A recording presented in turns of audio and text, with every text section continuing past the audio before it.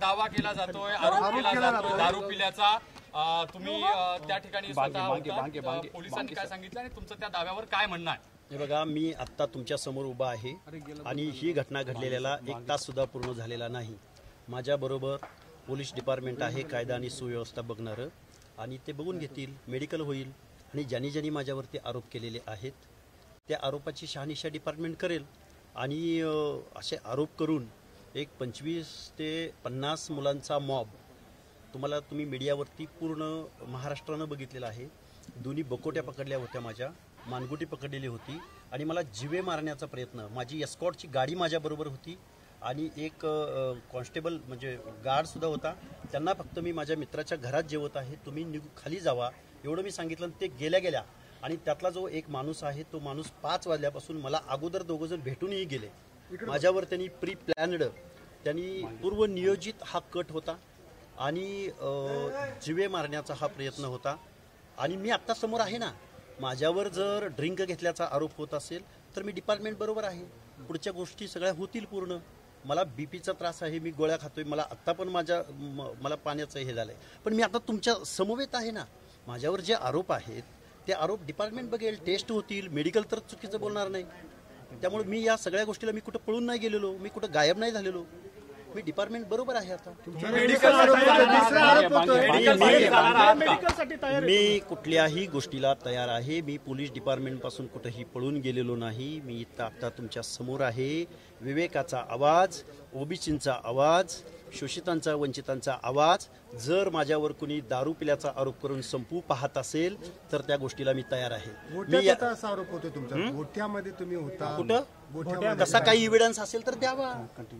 तसं काही कुठल्या हॉटेलमध्ये पिलो, कुठल्या बारमध्ये गेलो किंवा कुठं गेलो याचा एक जर इव्हिडन्स असेल तर महाराष्ट्राच्या कॅनव्हासवरती, महाराष्ट्राच्या मीडियावरती, महाराष्ट्राच्या सार्वजनिक जीवनात हा लक्ष्मण हाके कधीच तुम्हाला दिसणार. बघा, 5 वाजता माझ्या घरापासून 500 ते 1000 मीटर अंतरावरती मी वॉकिंगला 5 वाजता गेलो होतो. त्यावेळी 2 इसम माझ्याशी बोलून गेले. त्याच इस्मानी मला पकडलं. त्याच इस्मानी परत काय बोललं तुम्हाला? त्यावेळी माझ्याशी नॉर्मल बोलले, गेवराईचं वगैरे असं बोलले. तो गेवराईचा माणूस आहे, तो माझ्याशी बोलला सुद्धा. आणि परत मी जिथून खाली निघतो त्या ठिकाणी 5 ते 6 4 व्हीलर आल्या आणि तिथून बाहेर पडत असताना मोटरसायकलवर मी होतो. माझे दोन्ही हात पकडले, मानगुटी पकडली आणि मला जीवे मारण्याचा हा प्रयत्न होता. तुम्ही मद्यप्राशन केलेलं नाही, दारू घेतलेली नाही असं? मी आता पोलीस डिपार्टमेंट समवेत आहे, मी तुमच्या समोर आहे. मी कुठेही पळून जात नाहीये, मी कुठेही पळून जाण्याचा प्रयत्न केलेला नाही, मी आत्ताही पळून जाणार नाहीये. आणि मी जर ड्रिंक घेतला असेल तर 1 तासापूर्वीची गोष्ट आहे, दिसेल ना, माझ्या रक्तामध्ये दिसेल. अजून कुठं काय जे काही मेडिकल आहे मी आहे ना, मी पळून गेलो. तपासण्याची मागणी केलेली आहे. माझ्या काही तपासण्या मी स्वाधीन आहे तुमच्या. हाके साहेब ऐकून घ्या, त्यांनी एक ससूनची जी तपासणी आहे त्याचबरोबर. अहो साहेब, मी आता तुमच्या समवेत आहे ना, मी पळून गेलोय का कुठं? त्यांनाही जीवे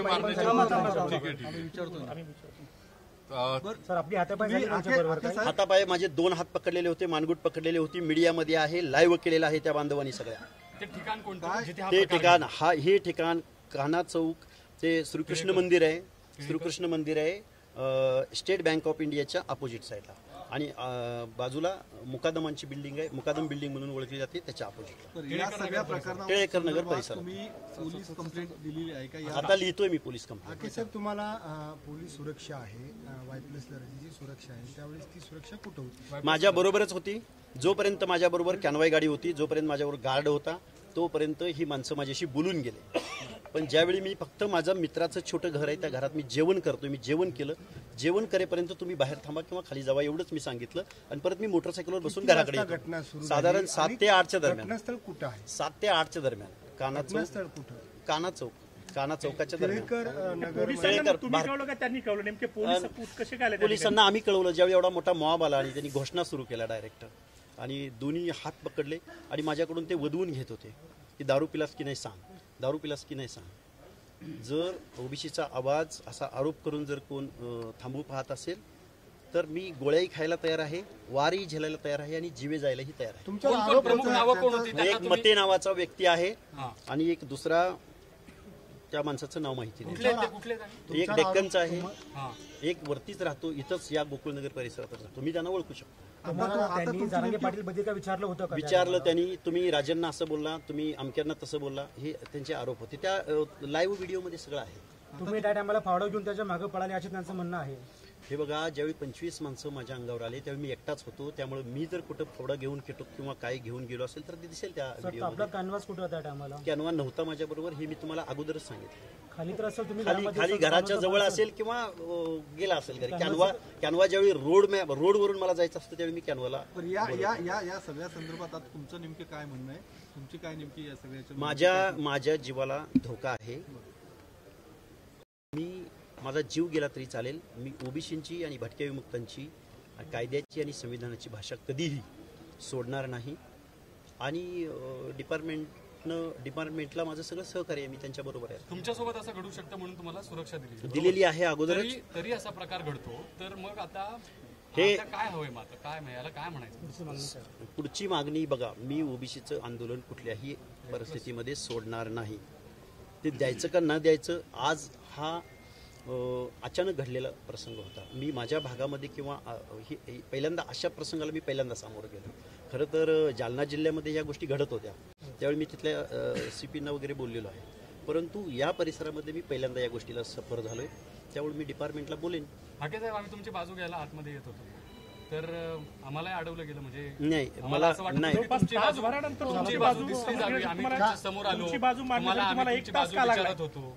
नाही, डिपार्टमेंटनी दोघांच्याही बाजू ऐकून घेतल्या आणि ते तपास करत होते. नाही, आम्ही जेव्हा एकच बाजू जेव्हा पुढे येत होती तेव्हा तुमची बाजू घ्यायला आलो होतो. तुमचं काय? मी आलोय ना आता समोर. जवळपास 2 तास झाले तुम्ही या ठिकाणी येऊन.